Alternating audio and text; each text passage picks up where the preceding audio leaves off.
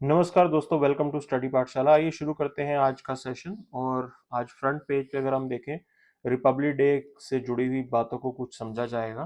तो यहाँ पे इस आर्टिकल को अगर हम डिटेल में देखते हैं तो जब भी हम रिपब्लिकन कंसेप्ट की बात करते हैं, उसके अंदर एक चीज मेजरली बताई जाती है कि हेड ऑफ द स्टेट जो है आपके, वो इलेक्टेड होने चाहिए। मतलब इंडिया के कंटेक्स्ट में अगर हम बात करें तो इंडियन प्रेसिडेंट जो है वो इलेक्टेड है।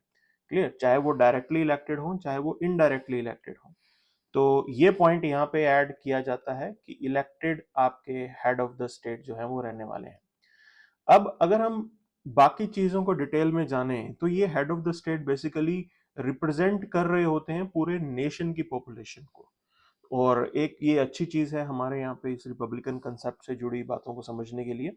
अच्छा, अब अगर हम बात करते हैं इस पीवाईक्यू की, ये 2021 का प्रीवियस ईयर क्वेश्चन है।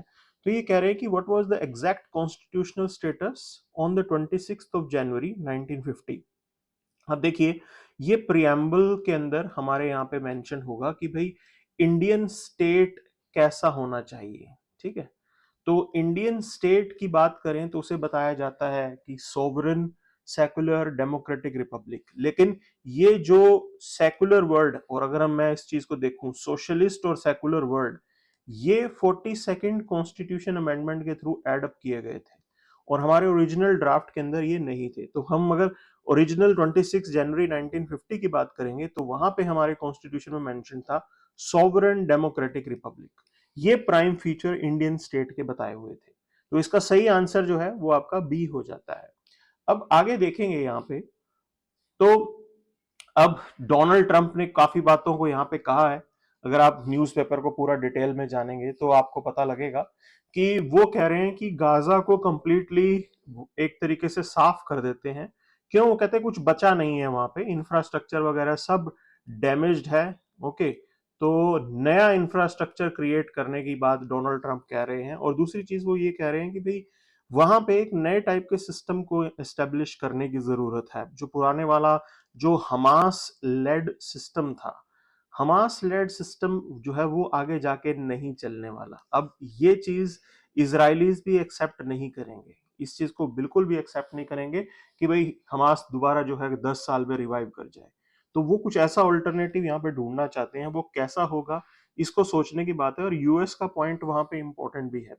लेकिन अगर हम ओवरऑल ब्रॉडर पिक्चर देखें इसराइल पैलेस्टीन के इस कंफ्लिक्ट को रिजोल्व करने की, तो इसका जो इंटरनेशनली एक्सेप्टेबल जो सॉल्यूशन बताया गया है उसको कहा जाता है टू स्टेट सॉल्यूशन। मतलब इजरायलीज अपने यहाँ पे अलग देश में रहें और पैलेस्टीनियंस को अलग देश मिल जाए, कि दो सॉवरन नेशन जो है एक तरीके से यहाँ पे एग्जिस्ट करें। लेकिन उसको कैसे इंप्लीमेंट किया जाएगा ये इसको लेके कोई बात नहीं है। तो वर्ल्ड जो एक्सपर्ट्स हैं वो तो ये भी कह रहे हैं कि ये रियलिटी के अंदर कभी भी प्रैक्टिकली ग्राउंड पे नजर ही नहीं आएगा।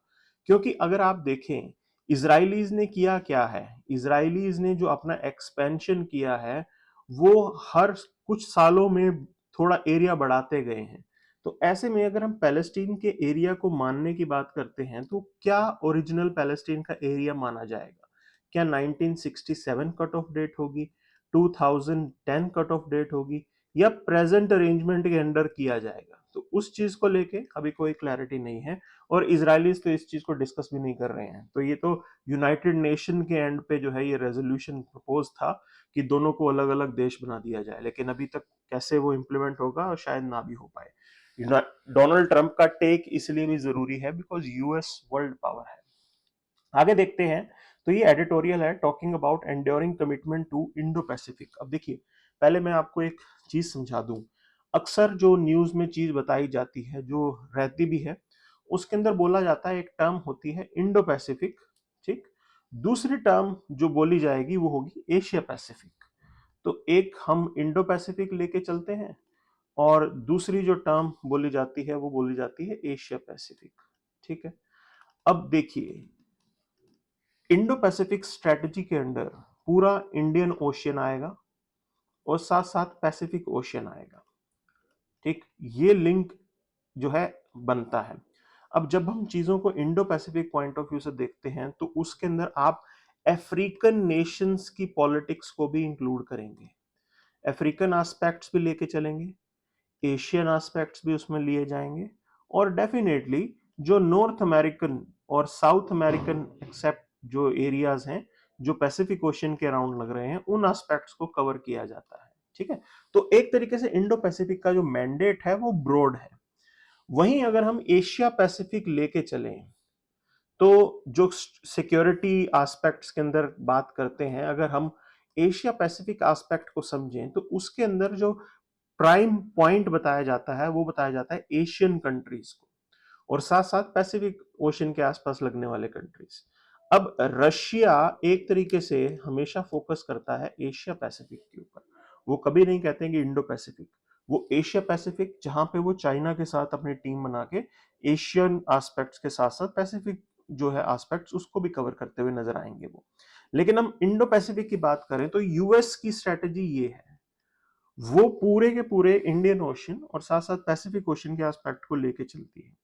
जो इंडो पैसिफिक एस्पेक्ट अपनी फॉरेन पॉलिसी के अंदर लेके आना एक तरीके से थोड़ा ब्रॉडर मैंडेट लेके आता है। अब इंडो पैसिफिक की जब हम बात करते हैं यूएस के कंटेक्स्ट के अंदर, ठीक, तो यूएस ने इंडो पैसिफिक को कैसे समझा है, तो उसके अंदर एक एस्पेक्ट बोला जाता है काउंटरिंग चाइना का, चाइना को कैसे काउंटर करना है।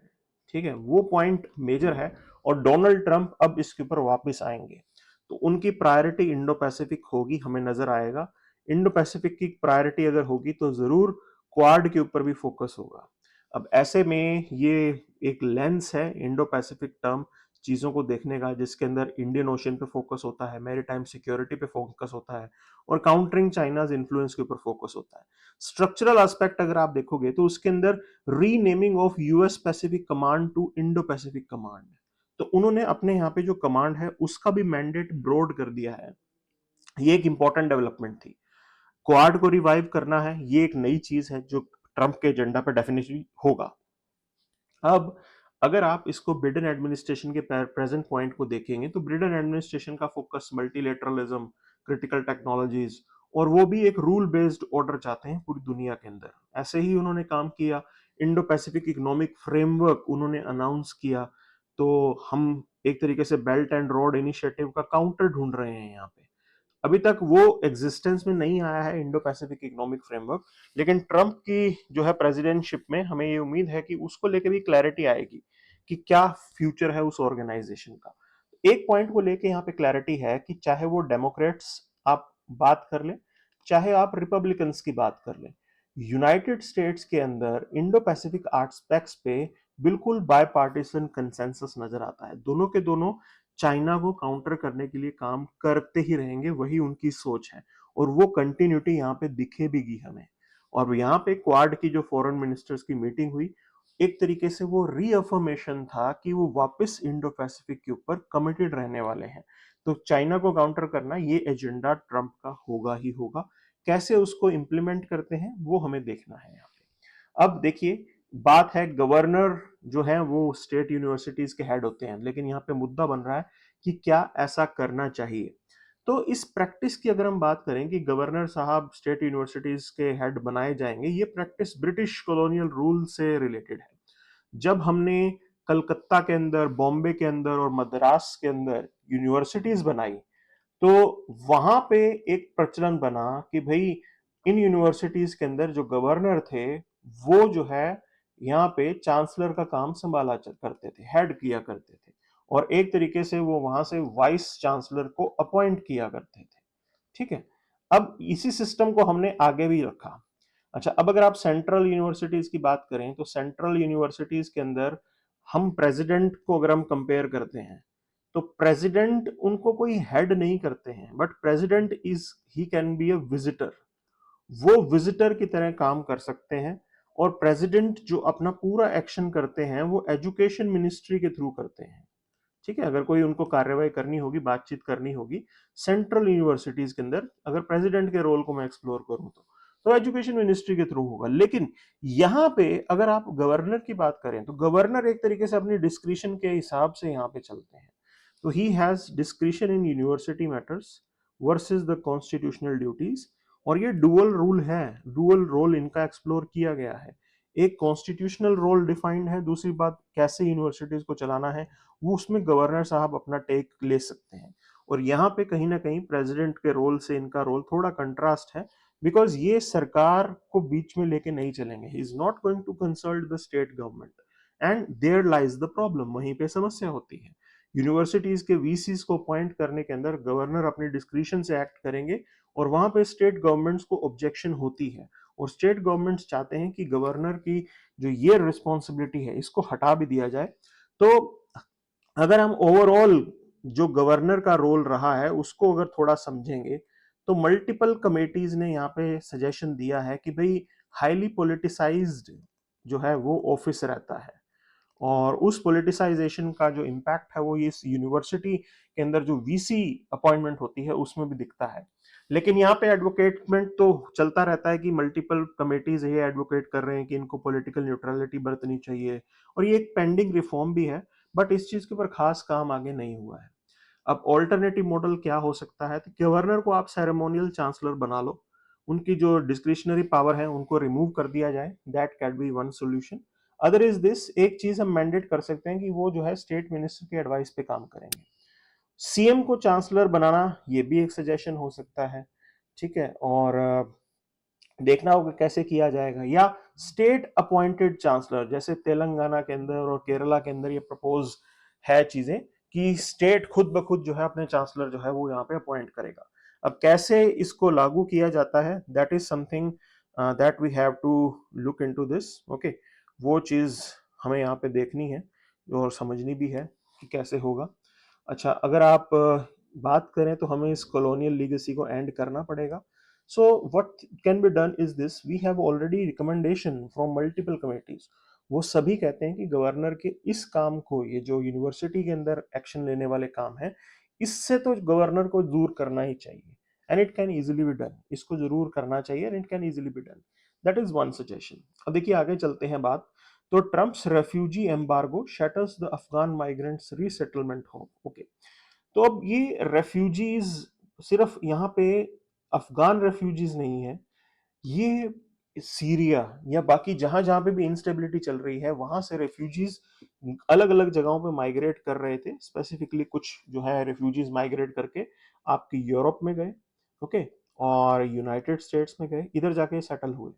अच्छा, अब यूएस ने एक तरीके से ट्रम्प के अंडर बिल्कुल इस चीज को बंद कर दिया है कि वो इन रिफ्यूजीज की फॉर्मल तरीके से एंट्री नहीं लेंगे, और साथ साथ जो ऑलरेडी वहां पे हैं क्या उनको अब वहां पे सेटलमेंट अलाउड होगा, उसको लेके डाउट है, कोई क्लैरिटी नहीं है, because Trump is seriously against this sort of migration, और स्पेसिफिकली इलीगल माइग्रेशन के पॉइंट को अगर हम देखें।